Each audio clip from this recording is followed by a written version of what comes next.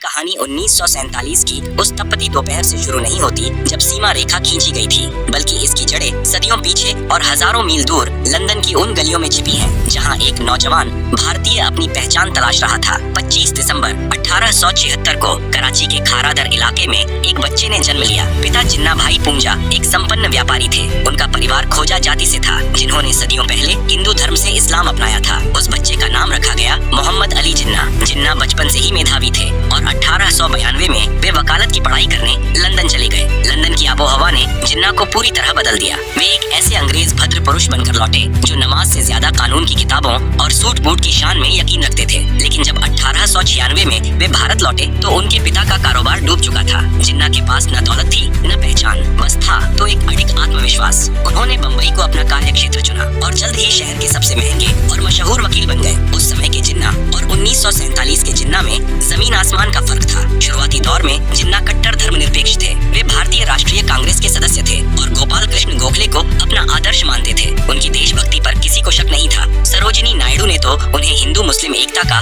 राजदूत तक कह दिया था। 19वीं सदी के अंत तक अंग्रेज समझ चुके थे कि अगर भारत पर राज करना है तो यहाँ की सबसे बड़ी ताकत हिंदू और मुस्लिम एकता को तोड़ना होगा। उस समय का बंगाल प्रेसिडेंसी क्रांतिकारी गतिविधियों का केंद्र था। बिहारी, बंगाली, हिंदू और मुसलमान मिलकर अंग्रेजों की नाक में दम कर रहे थे। तभी प्रवेश होता है लॉर्ड कर्जन का। 1905 में कर्जन ने एक चाल चली जिसे इतिहास बंगाल विभाजन के नाम से जानता है। अंग्रेजों ने तर्क दिया कि बंगाल बहुत बड़ा है और प्रशासनिक सुविधा के लिए इसे 2 भागों में बांटना जरूरी है, लेकिन असलियत कुछ और थी। उन्होंने बंगाल को इस तरह बांटा कि एक हिस्सा मुस्लिम बहुल और दूसरा हिंदू बहुल। अंग्रेजों ने मुस्लिमों को यह सपना दिखाना शुरू किया कि इस नए प्रांत में उनकी अपनी सत्ता होगी। यह भारत की अखंडता पर पहला कुल्हाड़ी का प्रहार था। बंगाल विभाजन ने नफरत की वह चिंगारी लगा दी थी जिसे हवा देने के लिए अंग्रेजों ने 1906 में ढाका के नवाबों और मुस्लिम कुलीनों को उकसाया। 30 दिसंबर 1906 को ढाका में एक सभा हुई जहां अखिल भारतीय मुस्लिम लीग का जन्म हुआ। इसका मुख्य उद्देश्य मुस्लिमों के राजनीतिक अधिकारों की रक्षा करना बताया गया, लेकिन पर्दे के पीछे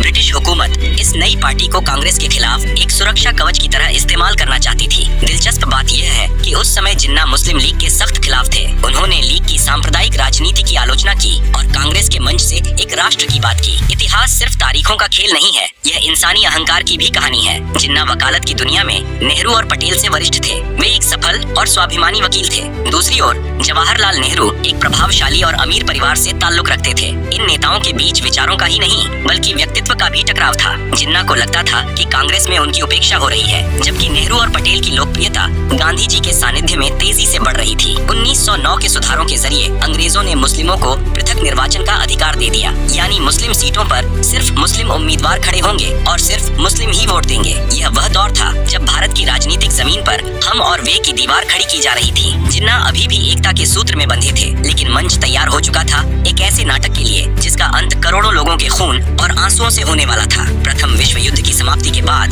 भारत की राजनीति में एक ऐसे व्यक्ति का प्रवेश हुआ जिसने न केवल आंदोलन का तरीका बदला बल्कि जिन्ना जैसे वैचारिक नेताओं की जमीन ही हिला दी। 1915 में मोहनदास करमचंद गांधी दक्षिण अफ्रीका से भारत लौटे। जिन्ना और गांधी दोनों ही वकील थे, दोनों ही गुजराती पृष्ठभूमि से थे, लेकिन उनके काम करने का तरीका बिल्कुल अलग था। जिन्ना बैठक कक्ष की राजनीति, कानूनी दलीलों और संवैधानिक चर्चाओं के कायल थे। वहीं गांधी जी ने राजनीति को बैठक कक्ष से निकालकर धूल भरी सड़कों पर ला खड़ा किया। 1916 में जिन्ना ने अपनी राजनीतिक सूझबूझ से लखनऊ समझौता करवाया। यह वह समय था जब कांग्रेस और मुस्लिम लीग एक ही मेज पर बैठे थे। जिन्ना को लगने लगा था कि वे हिंदू मुस्लिम एकता के सबसे बड़े पुल बन चुके हैं, लेकिन 1920 का दौर आते आते स्थितियां बदल गईं। गांधी जी ने असहयोग आंदोलन और खिलाफत आंदोलन को मिलाकर एक जन सैलाब खड़ा कर दिया। जिन्ना इस धार्मिक भीड़ वाली राजनीति से बेहद डरे हुए थे। उन्हें लगता था कि सड़कों पर उतरी भीड़ लोकतंत्र के लिए नहीं बल्कि अराजकता के लिए है। इसी वैचारिक मतभेद के कारण 1920 में जिन्ना ने कांग्रेस से इस्तीफा दे दिया। यह भारतीय इतिहास का वह मोड़ था जहां से रास्ते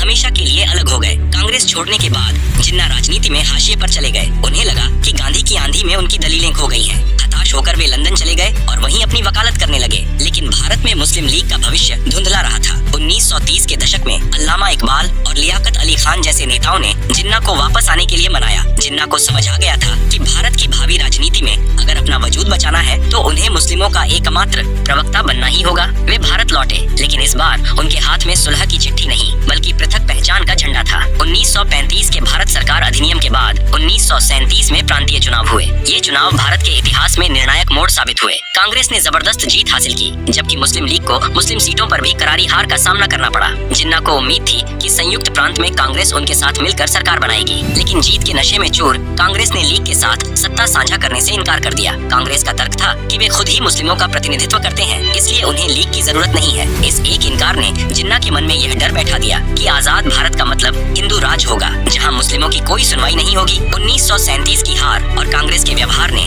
जिन्ना को पूरी तरह बदल दिया। जो जिन्ना कभी शेरवानी पहनने से कतराते थे, अब वे कायदे आजम के रूप में उभरने लगे। उन्होंने एक खतरनाक विचारधारा तैयार करना शुरू किया। हिंदू और मुस्लिम केवल दो धर्म नहीं बल्कि दो अलग अलग सभ्यताएं हैं जो कभी एक साथ नहीं रह सकती। मार्च 1940 में मुस्लिम लीग के लाहौर अधिवेशन में पाकिस्तान प्रस्ताव पारित किया गया। जिन्ना ने अब स्पष्ट रूप से एक अलग देश की मांग रख दी थी। इसी दौरान सावरकर की हिंदू राष्ट्र की अवधारणा और अन्य संगठनों का उदय भी हो रहा था, जिसने जिन्ना के दावों को और खाद पानी दिया। अब लड़ाई केवल अंग्रेजों से आजादी की नहीं थी बल्कि इस बात की थी कि उस आजादी का मालिकाना हक किसके पास होगा। सत्ता की यह भूख और सुरक्षा का यह डर अब एक ऐसी आग में तब्दील होने वाला था जिसकी लपटों में पूरा उपमहाद्वीप झुलसने वाला था। द्वितीय विश्व युद्ध के बाद ब्रिटेन की कमर टूट चुकी थी। लंदन में सत्ता बदली और लेबर पार्टी के क्लेमेंट एटली प्रधानमंत्री बने। वे जल्द से जल्द भारत को आजाद कर यहाँ के सिर दर्द से छुटकारा पाना चाहते थे, लेकिन भारत के भीतर नेहरू और जिन्ना के बीच की खाई अब इतनी गहरी हो चुकी थी कि उसे पाटना नामुमकिन लग रहा था। ब्रिटिश सरकार ने 1946 में 3 मंत्रियों को भारत भेजा, जिसे मंत्रिमंडल मिशन कहा गया। इनका उद्देश्य था बिना विभाजन के आजादी का रास्ता निकालना। मिशन ने एक अनूठा समूह प्रणाली सुझाया। भारत को 3 हिस्सों में बांटा जाना था। 2 समूहों में मुस्लिम बहुल इलाके थे, जबकि एक में हिंदू बहुल। जिन्ना ने इस योजना को मान लिया क्योंकि उन्हें इसमें एक छोटा पाकिस्तान दिखाई दे रहा था। नेहरू भी शुरू में राजी हुए, लेकिन एक प्रेस वार्ता में उन्होंने कह दिया कि भविष्य में इन समूहों की बनावट बदली जा सकती है। जिन्ना को लगा कि नेहरू उन्हें धोखा दे रहे हैं और आजाद भारत में कांग्रेस अपनी बहुमत के जोर पर समूह प्रणाली खत्म कर देगी। जिन्ना ने तुरंत अपना समर्थन वापस ले लिया। अब जिन्ना के पास केवल एक ही रास्ता बचा था, शक्ति का प्रदर्शन। 16 अगस्त 1946 यह भारतीय इतिहास का सबसे काला दिन था। जिन्ना ने प्रत्यक्ष कार्यवाही दिवस का आह्वान किया। उनका संदेश साफ था, अगर संवैधानिक तरीके से पाकिस्तान नहीं मिला तो हम इसे लड़कर लेंगे। बंगाल में उस समय मुस्लिम लीग की सरकार थी और हुसैन शहीद सोहरावर्दी मुख्यमंत्री थे। उस दिन पुलिस को छुट्टी पर भेज दिया गया और दंगाइयों को खुली छूट दी गई। कोलकाता की सड़कों पर वह हुआ जिसे सोचकर आज भी रूह कांप जाती है। अगले 72 घंटों में 5000 से ज्यादा लोग मारे गए। यह हिंसा नोआखाली और फिर पूरे बिहार और पंजाब में फैल गई। लाशों से लदी ट्रेनें और जलते हुए गांव इस बात की गवाही दे रहे थे कि अब साथ रहना संभव नहीं है। दंगों के बीच अंग्रेजों ने एक अंतरिम सरकार बनाई, जिसमें नेहरू प्रधानमंत्री और लियाकत अली खान वित्त मंत्री बने। यह सरकार नहीं बल्कि एक युद्ध क्षेत्र था। लियाकत अली खान ने वित्त मंत्री के रूप में नेहरू के हर फैसले में अड़ंगा लगाना शुरू किया। वे फाइलों को रोक देते थे और कांग्रेस के मंत्रियों को सहायक तक भर्ती करने के लिए लीग की अनुमति लेनी पड़ती थी। सरदार पटेल, जो अब तक विभाजन के सख्त खिलाफ थे, इस प्रशासनिक घुटन और सड़कों पर हो रहे नरसंहार से टूट गए। उन्होंने महसूस किया कि अगर हमने आज विभाजन स्वीकार नहीं किया तो पूरा भारत छोटे छोटे टुकड़ों में बंट जाएगा और हर दफ्तर में गृह युद्ध होगा। इतिहास अक्सर पूछता है कि गांधी, नेहरू और पटेल ने विभाजन क्यों माना। सच यह है कि 1946 के दंगों ने उन्हें यह एहसास करा दिया था कि जिन्ना अब पीछे नहीं हटेंगे। पटेल ने कहा था, अगर एक अंग में सड़न हो जाए तो पूरे शरीर को बचाने के लिए उस अंग को काटना ही पड़ता है। गांधी जी शुरू में इसके खिलाफ थे। उन्होंने कहा था कि विभाजन मेरी लाश पर होगा, लेकिन अंततः उन्हें भी अपने शिष्यों की विवशता और देश को जलते देख मौन स्वीकृति देनी पड़ी। अब तक यह तय हो चुका था कि भारत बंटेगा। सवाल बस यह था कि लकीर कहाँ खींची जाएगी और वह लकीर कितनी गहरी होगी। मार्च 1947 में भारत के अंतिम वायसराय बनकर लॉर्ड माउंटबेटन दिल्ली पहुंचे। वे अपने साथ एक बहुत ही कठिन कार्य लेकर आए थे, ब्रिटिश शासन का अंत और सत्ता का हस्तांतरण। माउंटबेटन ने आते ही समझ लिया कि देश की नसों में सांप्रदायिकता का जहर इतनी तेजी से फैल रहा है कि अगर जल्द ही उपचार नहीं किया गया तो पूरा भारत एक लावारिस लाश बन जाएगा। मूल रूप से अंग्रेजों ने भारत छोड़ने की तारीख जून 1948 तय की थी, लेकिन माउंटबेटन ने इसे 10 महीने पहले खिसकाकर 15 अगस्त 1947 कर दिया। माउंटबेटन को डर था कि अगर वे रुके तो दंगों की आग ब्रिटिश सैनिकों को भी अपनी चपेट में ले लेगी। तभी प्रवेश होता है सिरिल रेडक्लिफ की, जो एक ब्रिटिश वकील थे और जिन्हें इससे पहले कभी भारत आने का अनुभव नहीं था। उन्हें केवल 5 हफ्ते का समय दिया गया ताकि वे दुनिया के सबसे जटिल भूगोल पर एक लकीर खींच सकें। रेडक्लिफ ने बंद कमरों में पुराने नक्शों और जनगणना के आंकड़ों के आधार पर कलम चलाई। उन्होंने यह भी नहीं देखा कि उनकी खींची लकीर किसी का आंगन 2 हिस्सों में बांट रही है या किसी के खेत को दूसरे देश में डाल रही है। पंजाब और बंगाल, जो कभी भारत के फेफड़े थे, उन्हें बेरहमी से चीर दिया गया। विभाजन केवल जमीन का नहीं था, वह भावनाओं, यादों और संपत्तियों का भी था। बंटवारा इतना सूक्ष्म था कि सरकारी दफ्तरों की मेज कुर्सियां, टाइपराइटर और यहाँ तक कि पुस्तकालयों की किताबों तक को आधा आधा बांटा गया। जिस सैन्य दल में मुस्लिमों की संख्या ज्यादा थी वह पाकिस्तान को दे दी गई और बाकी भारत के पास रही। विभाजन के समय भारत के खजाने में जो पैसा था उस पर भी विवाद हुआ। जिन्ना ने पाकिस्तान को भारतीय खजाने से कुल 75 करोड़ रुपए देने की जिद की, जो उस समय भारतीय खजाने का 17% हिस्सा था, जिसकी पहली किस्त 15 अगस्त 1947 को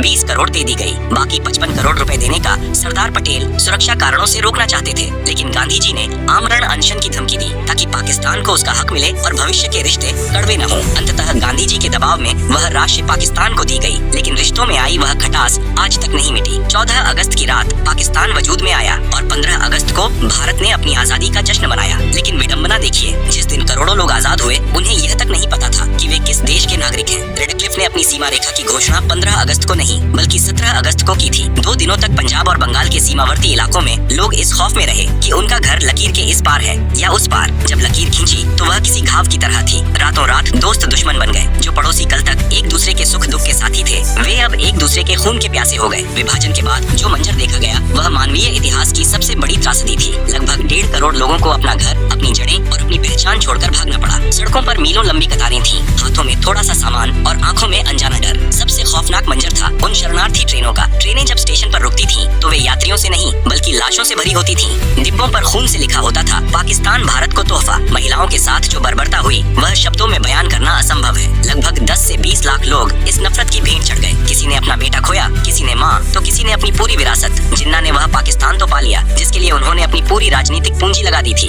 लेकिन नियति ने उनके पास समय नहीं छोड़ा। जिन्ना को लंबे समय से राज्यक्षमा थी जिसे उन्होंने छिपा कर रखा था। उन्हें डर था कि अगर कांग्रेस या अंग्रेजों को उनकी बीमारी का पता चल गया तो वे पाकिस्तान बनने का इंतजार करेंगे और उनकी मृत्यु के बाद योजना ठंडे बस्ते में चली जाएगी। विभाजन के महज 1 साल बाद 11 सितंबर 1948 को जिन्ना की मृत्यु हो गई। जिस देश को उन्होंने 2 राष्ट्रों के सिद्धांत पर बनाया था वह उनके जाने के बाद ही अस्थिरता और संघर्षों के भंवर में फंस गया। उनके बाद के नेतृत्व ने उस धर्मनिरपेक्ष पाकिस्तान की छवि को पूरी तरह मिटा दिया जिसकी बात जिन्ना ने अपने शुरुआती भाषणों में की थी। आज 77 साल बीत चुके हैं, लेकिन 1947 का वह घाव आज भी हरा है। नेहरू और पटेल की विवशता, जिन्ना की जिद्द और अंग्रेजों की चालाकी ने मिलकर एक ऐसा नक्शा तैयार किया जिसने न केवल जमीन को बांटा बल्कि दिलों के बीच भी कंटीली तारें खींच दी। विभाजन केवल एक राजनीतिक फैसला नहीं था बल्कि एक प्रशासनिक और मानवीय विफलता थी। एक ऐसी जल्दबाजी जिसने करोड़ों लोगों को शरणार्थी बना दिया। आज जब हम आजादी की खुशियां मनाते हैं तो हमें उन गुमनाम चीखों को भी याद रखना चाहिए जिन्होंने उस आजादी की बहुत भारी कीमत चुकाई थी। विभाजन का इतिहास हमें सिखाता है कि जब राजनीति धर्म और अहंकार के चश्मे से देखी जाती है तो नक्शे तो बन जाते हैं लेकिन इंसानियत हार जाती है।